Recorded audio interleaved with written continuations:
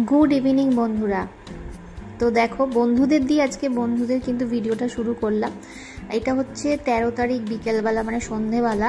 তো আমার বন্ধুরা সবাই আমাকে দেখতে এসেছে, যেহেতু আর দুদিন পরেই আমার ওটি, তার সবাই মিলে আমার সঙ্গে দেখা করতে এসেছে আমি কেমন আছি না আছি। সেখানে মাঠের থেকে কিন্তু সবাই চলে এসেছে। তো আজকে ছোট্ট করে একটা গেট টুগেদার, সবাই কিন্তু ওরা সারপ্রাইজ দিয়েছে। আমি জানতাম না, মানে আমরা কেউই জানতাম না ওরা আসবে। সত্যি এরকম বন্ধু কিন্তু ভাগ্য করলেই কিন্তু পাওয়া যায়। তো সবাই মিলে বসে কিন্তু ভীষণ ভালো সময় কাটিয়েছি। সন্ধ্যেটা বলতে পারো প্রায় রাত্রি 10টা নাগাদ ওরা প্রায় গেছে, কিন্তু ওই সময়টুকু ভীষণ সুন্দর মানে কাটিয়েছি। গল্প আড্ডা মজা ভীষণ ভালো। আমি তো খাটে বসেই ছিলাম, ওরা নিজেরাই সব কিছু কিন্তু করেছে।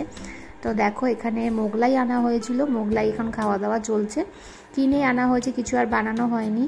আর এখানে বসে বসে আমি এই সুন্দর মুহূর্তটা স্মৃতিগুলোকে জাস্ট ক্যাপচার করে রাখি, মানে সারা জীবনের জন্য ক্যাপচার হয়ে থাকবে এই আর কি। তো এখানে খুব মজা করে সবাই মিলে আড্ডা দিতে ভীষণ ভালো লেগেছে। মানে যত বলবো ততই বেশ মানে কম বলা হবে। এরকম করে মানে নিজের লোকেরাও কিন্তু এরকম করে না, মানে ওরা যেরকম মানে করে সবার জন্য, মানে এরকম বন্ধু মানে ভাগ্য করলেই পাওয়া যায় সত্যি।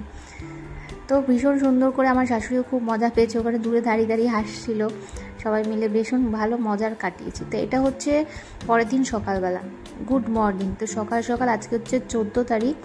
তো 14 তারিখে দেখো এখানে সব জামা মানে এই বিছানার চাদর ফাদরগুলো আমি তুলে রেখেছি, এগুলোকে কাছাকাছি করে মানে আজকে মোটামুটি আমি একটু শুকিয়ে রেখে যাব।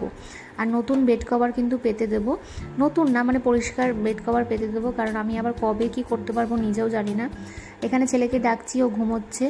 আর এখানে দেখো এই মানে এত বৃষ্টির ওয়েদার যে কীভাবে আমি কীভাবে শুকাবো সেটা আমি নিজেও জানি না। তো মোটামুটি কেচে রেখে গেলে শাশুড়ি আস্তে আস্তে অবশ্য শুকিয়ে নিতে পারবে অল্প অল্প করে দিয়ে। তো সেই জন্যই বলছিল মানে কাঁচাটা হয়ে গেলে নিশ্চিন্ত। আর এখানে অনেক সকালে আমরা আজকে উঠেছি, কারোরই প্রায় ঘুম হয়নি। দেখো এখানে সকাল সকাল কিন্তু যেহেতু আমাদের এয়ার ফাইবার লাগানো হয়েছে, তাই শাশুড়িকে এখানে দেখানো হচ্ছে কীভাবে টিভিটা চালাতে হবে। লাইন যেহেতু নতুন নেওয়া হয়েছে, টিভিতে তো কানেকশান হয়ে গেছে, তো সেখানে কিন্তু শাশুড়িকে আমার ছেলে আমার বর কিন্তু ওরা শেখাচ্ছে।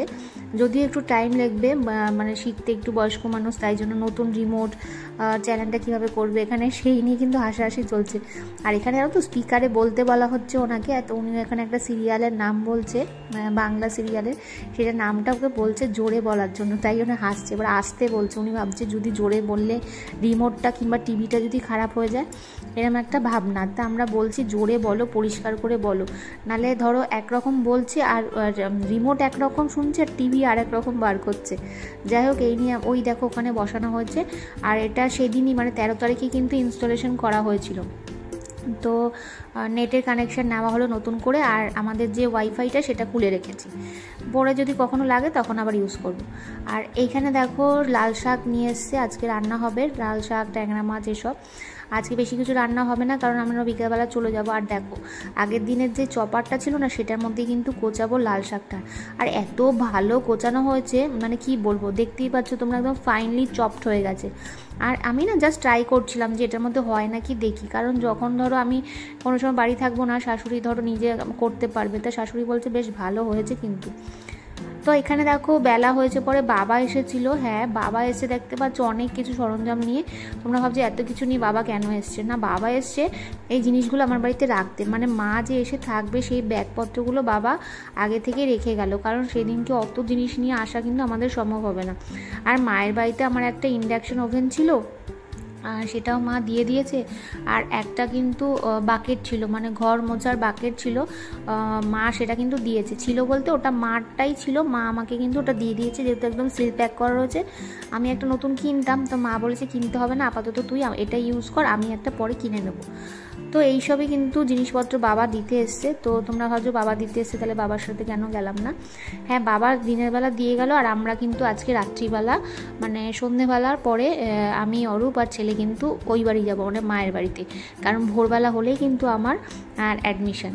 তো এখানে দেখো আমি খাবার নিয়ে বসে পড়েছি। আজকে একদম সিম্পল মেনু মানে লাল শাক ভাজা, আর রয়েছে কিন্তু ট্যাংরা মাছ। একটু ট্যাংরা মাছটা বড় সাইজ বলে কিন্তু ঝোল করা হয়েছে, কারণ অরূপ একটু ঝোলই খায়, ট্যাংরা মাছ শুকনোটা খেতে পছন্দ করে না। আর একটু বড় মাছ হলে শুকনোটা ভালোও লাগে না। আর আমি মাথায় আজকে শ্যাম্পু করেছিলাম, কারণ আবার কিন্তু আমি অনেক দিন শ্যাম্পু করতে পারবো না, তাই জন্য মাথায় শ্যাম্পু করে চুলটা এখানে বেশ খুলে রেখেছিলাম। যাতে শুকিয়ে যায়, ঠান্ডাটা না লাগে। আর এখন হচ্ছে বিকেলবেলা, দেখো এখানে বাড়িতে নতুন মেম্বার আসবে বলে অরূপ এখানে হেয়ার কালার করেছে, মানে একটু সাজুগুজু করেছে। ধরো চুলটা অরূপের অনেকটা পেকে গেছে, যেহেতু একদম মানে কালার করে করে ছোটোবেলার থেকে এরকম অবস্থা হয়েছে চুলটা। তো অরূপকে বলছিলাম যে নতুন মেম্বার এসে কি পাকা চুল দেখবে বাবাকে, বলছে হাসাহাসি করছিলাম এই নিয়ে। তারপরে শাশুড়ি দিয়ে গেছিলো যে বাতাবি লেবুটা, দেখলে খেলাম। আর এখানে এখন রেডি হয়ে নিয়েছি, আর এনাদেরকেও এখন টাটা বলছি যে তোমাদেরকে এখন আমি আনতে যাব, সেই জন্য কিন্তু সব প্রিপারেশান চলছে। ওদের সাথে একটু কথা বলছিলাম যে আবার 2 দিন 3 দিন পরে 4 দিন পরে দেখতে পাবো। তো এখানে ব্যাগপত্র গোছানো হয়ে গেছে, ব্যাগে কিছু সেরকম নেওয়ারই নেই, জাস্ট সব কিছুই কিন্তু আগে থেকে রেডি করা ছিল। আর যেহেতু নার্সিংহোমে হচ্ছে সেই জন্য হসপিটাল ব্যাগ বলতো আমার কিন্তু কিছু নেই, ওরা করেছে কিচ্ছু কিন্তু নিয়ে যেতে লাগবে না। আর এইটার রিভিউ আমি পরে দেবো তোমাদেরকে, যে মানে কীরকম কী হয়েছিল না হয়েছিল, আর নার্সিংহোমের এক্সপিরিয়েন্স তোমাদের পরে শেয়ার করব। আর এখানে দেখো এখন প্রায় 7:30 মতন বাজে, 7টা 7:30 মতন বাজে, কারণ ঠিক সন্ধ্যেবেলাও বেরোবো না, আবার ঠিক রাত্রিবেলাও বেরোবো না, তাই জন্য ওই রকম সময় বেরোবো। একটা উবের বুক করেছি, চলে আসবে এক্ষুনি। আর ততক্ষণ আমি ঠাকুরটাকে ভালো করে প্রণাম করে নিলাম, ঠাকুর যেন সব ভালো থাকে, সুস্থ থাকে। আমি যেই আসুক, ছেলে হোক মেয়ে হোক, যেন একদম সুস্থ আসে, আমি এটুকুই চাই। আমি কেন, সবাই তাই চায়, সব মা চায় সব কিছু, এরকমই কিন্তু সবাই চায়। তারপরে এখানে শাশুড়িকেও কিন্তু প্রণাম করে নেবো। শাশুড়ি আমাকে বলছে নিচু হতে হবে না, তা আমি বললাম না না, এইটুকু নিচু তো হতেই পারবো, তাই না, বড়দের আশীর্বাদটুকুই তো, এইটুকুই সঙ্গে কিন্তু যাবে। তো এখানে আমার বরকেও কিন্তু প্রণাম করে নিলাম।